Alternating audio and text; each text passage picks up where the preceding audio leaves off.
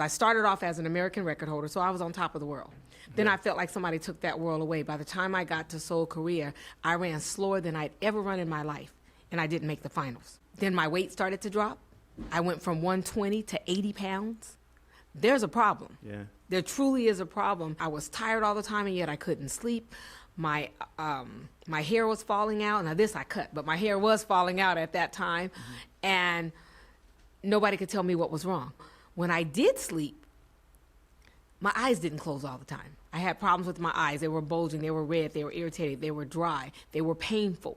I want to paint the picture. So you're one of the best in the world at this point. I was the American record holder, You're yes. in peak physical condition. Peak physical condition. Yes. So you had every reason to believe everything was okay. Yes, there's a problem. Yeah. And no, I did not peak too many times like the doctors were telling me. I wrote realistic goals. My coach was Bob Kersey, so we were on point. Yeah. Something's wrong. The countless doctors that I saw, oh, maybe you peaked too many times. I'm sorry, we can't find anything wrong with you. Or maybe you're stressed out. Or the worst one was that I was imagining things. I'm not imagining things. I'm an athlete. I know my body, and I know something's wrong. Clock.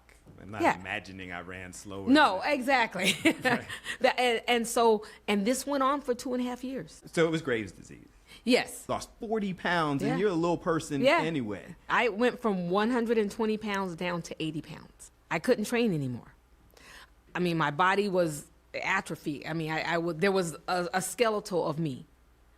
I stopped going out of my house because if somebody keeps telling you negative things that there's nothing wrong, you start yourself to try to figure out what's happening. I covered up all my mirrors in my house because the reflection looking back at me was not me.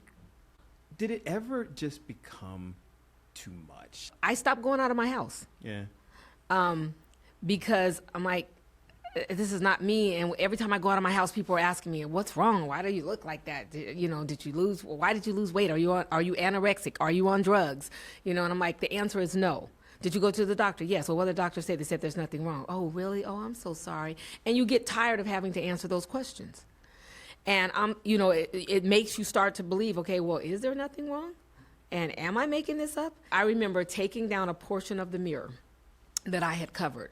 Like, nope, I didn't look like this a very short time ago. There's something wrong. And then you pick yourself up and you said, you know what? I don't care. I don't care if I have to knock on every doctor's door. I'm not going to stop until I get an answer.